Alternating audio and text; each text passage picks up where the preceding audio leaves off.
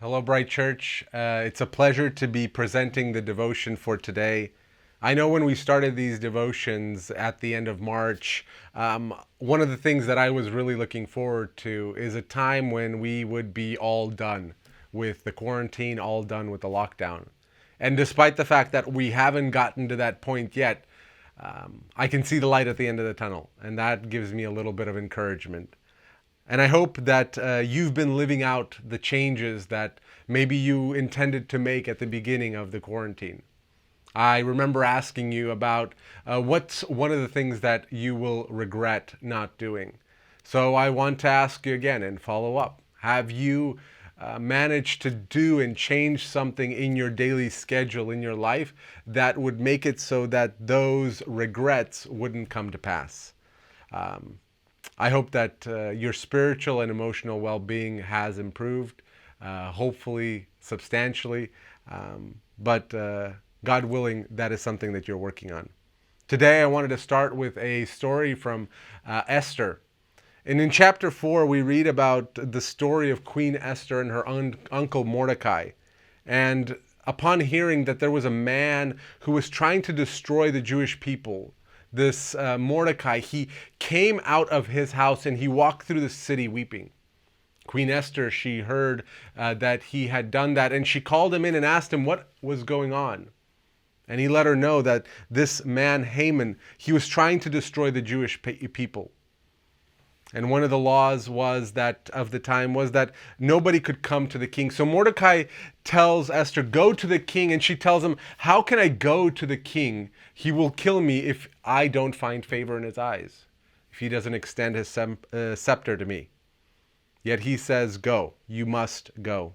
And this is what we read in chapter 4, verses 13 and 14.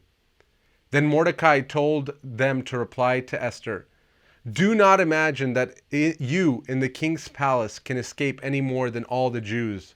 For if you remain silent at this time, relief and deliverance will arrive for the Jews from another place, and you and your father's house will perish. And who knows whether you have not attained royalty for such a time as this? Then Esther told them to reply to Mordecai, go, assemble all the Jews who are found in Susa, and fast for me. Do not eat or drink for 3 days, night or day. I and my maidens will also fast in the same way. And thus I will go into the king, which is not according to the law. And if I perish, I perish. And this book of Esther, it's incredible in several different ways, both the courage of Esther and the resilience of Mordecai, but also about the fact that nowhere in the story of Esther do you hear the name of God mentioned.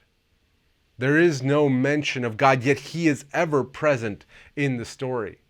In fact, Mordecai falls onto the promises of God to motivate Esther to move, to get out of her comfort zone, to go and deliver her people. And he mentions this because he says, look, relief and deliverance will come. They will come and they will save us, but you will not escape.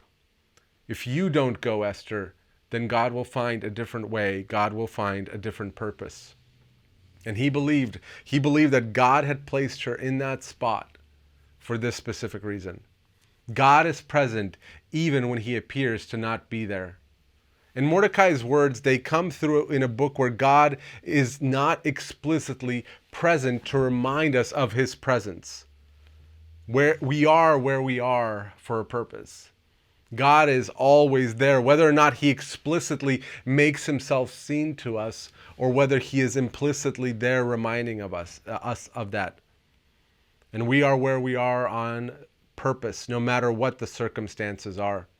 Whether we're distant from God and the circumstances come together in such a way to call us back to him, to remind us what we had with him.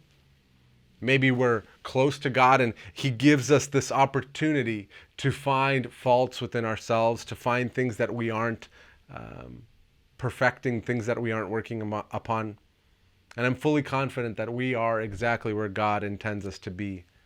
So then the question should be asked, what is the role we are to play in the circumstances that God has placed us in? Is it to be an example for unbelieving neighbors? Maybe it's to set and model an example for your parents who might be struggling with the effects of the lockdown. Maybe it's to model your faith to your children.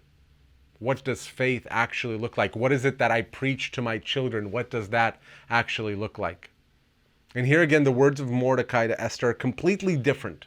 They're in a completely different circumstance, but they are just as applicable. And it says, if you remain silent at the time, God's will be done.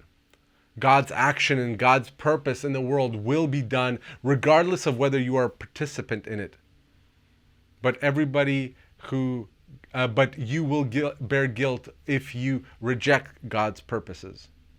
God is fully capable of doing things in our lives without our intervention. He is fully capable of feeding every orphan and fully capable of comforting every widow. Yet he calls us to be the actors in his plan. And here's the question. What are the things that hinder us from doing what we obviously see needs to be done? What are the things that get in the way? Is it the fact that we doubt that God can work through us? Is it the fact that we think that maybe God isn't powerful enough, or we aren't good enough for God to use us? And we are never good enough for God to use us. Yet despite that, he does. And he does so for his purposes, for his glory, so that he can shine through us. Not that we could shine. God has placed every single one of us in a completely unique, yet a specifically chosen place on purpose. And we stand before God, and we stand before a choice to submit before God and lay down our own desires, our own fears, our own anxieties, or blind ourselves to our will. Those are the two choices. Will you lay down your comforts, your anxieties, your desires, your fears, and begin to see what God's will is for your life? And just like Esther, you might come to a point where you say, look, if this is the end for me, if this is where God is putting me and choosing for me to go, then I will go. I will put my trust in him. And just like Esther, I will say, if even I perish, then let me perish, but doing God's will.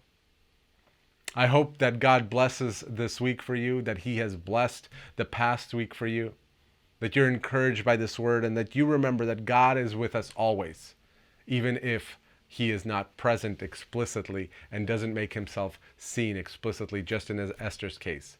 But he's always there with us, guiding and comforting us. God bless and take care.